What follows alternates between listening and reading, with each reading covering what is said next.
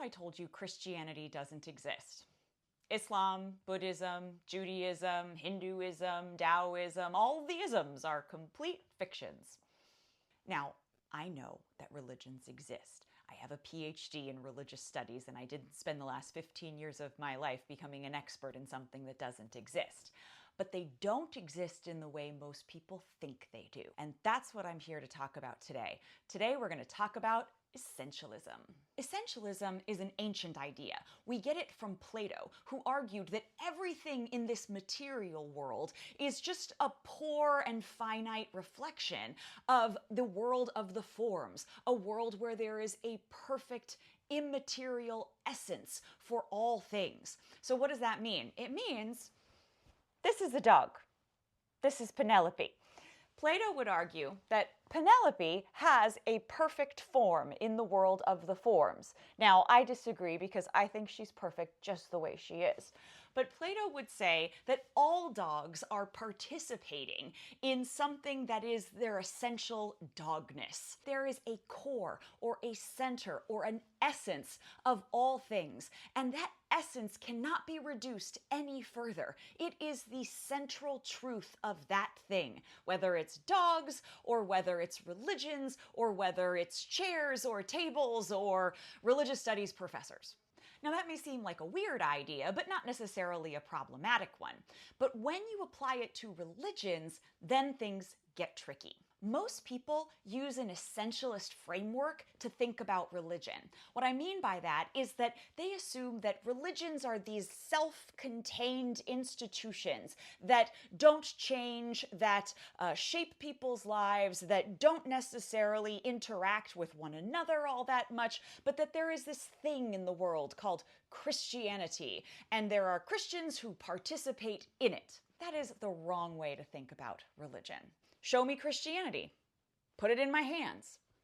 Tell me what it is. Some people would point to a Bible, other people would point to Jesus Christ, other people would point to a church or the Pope or their particular denomination, right? But none of those things are Christianity. None of those things are the ism. Even an idea as central to Christianity like the divinity of Jesus Christ isn't necessarily central to all forms of Christianity. Meet the Unitarians. Religions don't have essences or cores beyond which they cannot be reduced. Now, some religious folks will tell you that the essence of their religion is XYZ, which is fine, but you're never gonna get every single Muslim or Buddhist or Hindu to agree on what that core is. And so if our goal is to understand religion, deciding that it has this core and not that core, or agreeing with that person instead of that person, isn't gonna help us much. When we stop thinking of religions as essences, as isms, we understand them better. More importantly, we understand religious people better. There may not be one central thing called Christianity that we can all agree on, but there certainly are Christians doing stuff in the world, making things, writing texts, building churches, starting wars, ending wars, feeding the hungry, clothing the naked, or taking over the government. Being a Christian looks really different depending on the type of Christianity that you're practicing. And the same is true for Buddhism, and the same is true for Judaism, and the same is true for Islam. The problem with essentialist thinking is that it leads us to the no true Scotsman fallacy.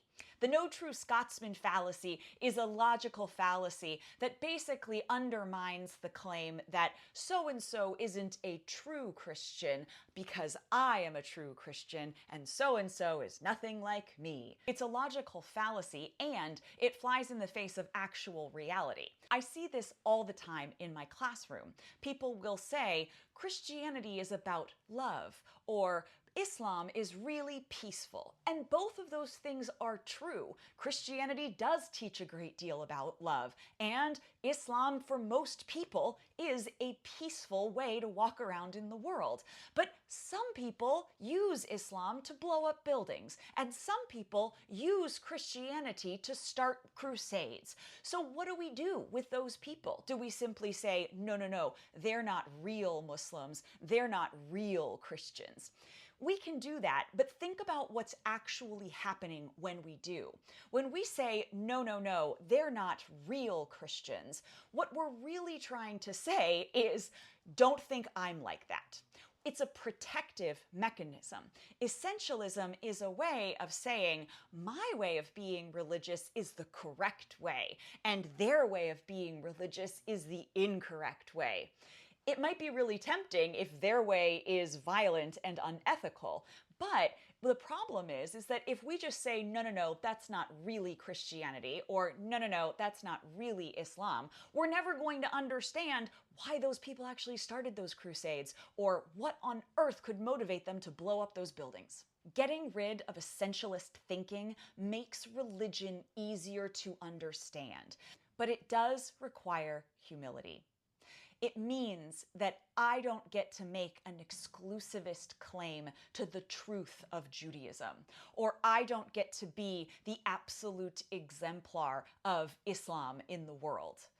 If I have the humility to admit that other people do my religion differently than I do, and I have no more claim to its name than they do, I can still condemn their unethical behavior. I can still say that they are acting violently or wrong, or that they are betraying the principles that I hold to be central to my religion.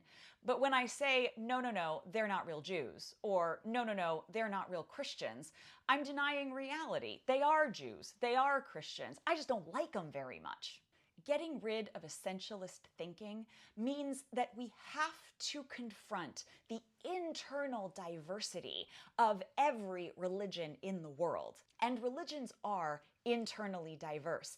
Even a religion with a set doctrine and an established hierarchy, like the Catholic Church, for example, contains within it a great deal of internal diversity. There are Catholics who are pro-choice, even though their church isn't. There are Catholics who are gay, even though their church will not celebrate gay marriages. Those people aren't less Catholic. They're just doing Catholicism in a way that reflects their values. It might be better to think of religions like nebulas. Nebulas are these amorphous things, the collections of planets and asteroids and all of this stuff, and the borders are really porous and not quite clearly defined, but they hold together as something recognizable as a nebula, enough for us to give it a name, say the Horsehead Nebula, for example, which creatively enough looks like a horse head. So even though there aren't absolute strict borders around the Horsehead Nebula, we can still group these things into a category and say, yeah, that's the Horsehead Nebula. And maybe this planet's just on the edge of it, right? But it counts. We're putting it into the category. So think of religions that way. Religions are not like solar systems with one central truth at their core. Religions are like nebulas. There are lots and lots of people doing lots and lots of things in the name of, or in service of, or inspired by a particular ism. That means that the ism does exist. Sort of. It exists in the way that we have constructed it. They're categories we created and put a bunch of people and groups into these categories in order for us to make sense of the different religious practices in the world. So religions aren't these solid, clearly bounded, monolithic silos. Instead, they're more like amorphous categories that we constructed in order to make sense of the the vast array of religious behavior in the world. We basically created a taxonomy, and we said, okay, everybody who does this kind of thing falls within Christianity, and everybody who does this kind of thing counts as a Buddhist. And those categories are going to be inherently negotiated and renegotiated and challenged and resisted and reinforced by various people across time and space. But what's important for us to remember, if our goal is understanding, not condemnation and not apology, but understanding, we need to remember that those categories are human constructions. If you like this kind of video and you want to ask more questions, like and subscribe. I'm Dr. Maya Vries. Put your questions in the comments. I am more than happy to answer them. And for more on this topic, check out these videos over here. See you later.